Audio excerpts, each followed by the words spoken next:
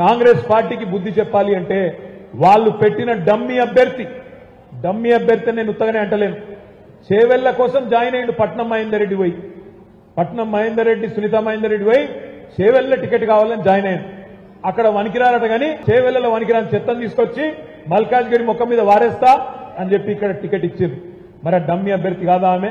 ఇవాళ ఇక్కడ డమ్మీ అభ్యర్థిని పెట్టింది ఎందుకు? ఎవరికి లాభం చేయడానికి? బీజేపీకి లాభం చేయడానికే కదా. కరీంనగర్ లో ఇప్పటివరకు అభ్యర్థిని డిక్లేర్ చేయడు, ఇక్కడ డమ్మీ అభ్యర్థిని పెడతాడు. సికింద్రాబాద్ లో డమ్మీ అభ్యర్థి మొత్తం చూడండి లెక్క. కొన్ని చోట్ల బీజేపీ గెలవాలా, కొన్ని చోట్ల కాంగ్రెస్ గెలవాలా, ఇద్దరమే ఉండాలి తప్ప కేసీఆర్ ఉండొద్దు, బీఆర్ఎస్ ఉండొద్దు అనేది ఈ రెండు పార్టీల పంతం. ముఖ్యమంత్రి గారేమో గుంపు మేస్త్రి, ప్రధానమంత్రి ఏమో తాపీ మేస్త్రి. ఇద్దరు కలిసి తెలంగాణకు సమాధి కట్టాలన్న చక్కర్లు ఉన్నారు.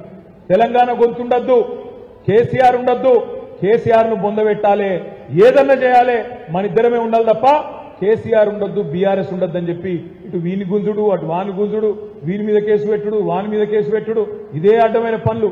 అయితే నువ్వు జేబులు ఉండాలి, లేకపోతే జైళ్లు ఉండాలన్నట్టు ఈ దేశంలో ముఖ్యమంత్రులను కూడా వదిలిపెడతలేరు.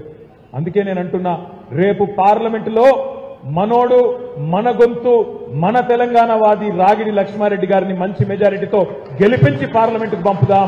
ఈ గులాబీ జెండా మాత్రమే మన ప్రయోజనాలను, మన రాష్ట్ర ప్రయోజనాలను కాపాడగలుగుతుంది అనే మాటను అడుగుదాం. ఇలా నిజంగానే